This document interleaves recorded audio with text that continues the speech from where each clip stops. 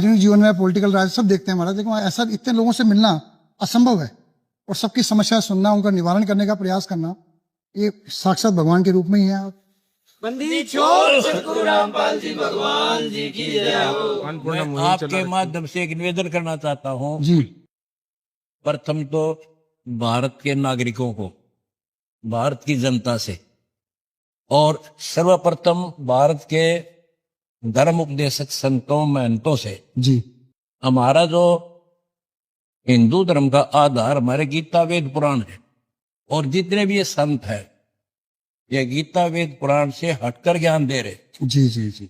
मैं ये चाहता हूं हम सब एक जगह बैठकर जी परमात्मा को साक्षी मानकर, अपने सदग्रंथों को साक्षी मानकर जी जनता को एक सही दिशा देते। बहुत बड़ी बात है, बहुत बड़ी बात अगर कही। मेरी गलती है तो मैं कान पकड़ के माफी नहीं, बहुत मांगूंगा। बड़ी बात कही महाराज आपने, बहुत बड़ी और बात वो कही। गलत दिशा जा रहे हो ना, बदलनी चाहिए। बहुत बड़ी बात है महाराज, मेरा सबसे सबसे बड़ा वादा वो कर रही है। बहुत बड़ी बात। मैं ब्राह्मण का शिष्य हूँ, मैं जाट हूँ, हमारा अपना कोई नॉलेज नहीं, उसका दिया क्या आशीर्वाद है। आपको जाति से ऊपर हो महाराज, आप जाति तो ऊपर हमने मजहब से सबसे ऊपर जा लिए। मैं इन सब से निवेदन करता हूँ कि जो हमारे हिंदू धर्म के धर्मगुरु हैं,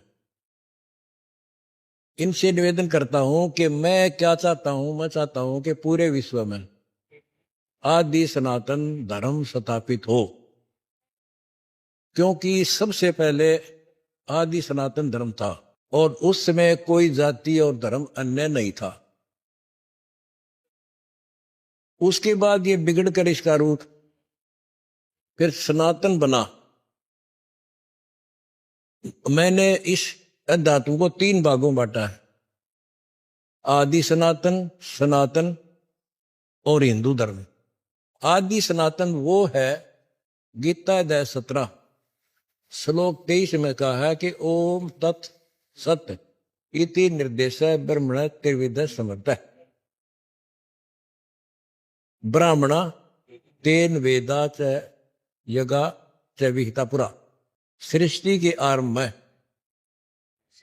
सभी ब्राह्मण लोग जो पुण्यात्मा थी, इस ओम तत् सत जो 3 प्रकार की विधि से स्मरा जाता, इसका स्मरण किया करते थे। उसके बाद सनातन धर्म स्टार्ट होता है, उसमें केवल ओम नाम रह जाता है। सनातन के बाद फिर ये पार्टीशन हो गए शुरू, जिसमें से यहूदी, ईसाई और फिर मुस्लिम और फिर हिंदू धर्म शुरू होता है। आदि शंकराचार्य से उन्होंने केवल राम कृष्ण की भक्ति का ही प्रावधान कर दिया।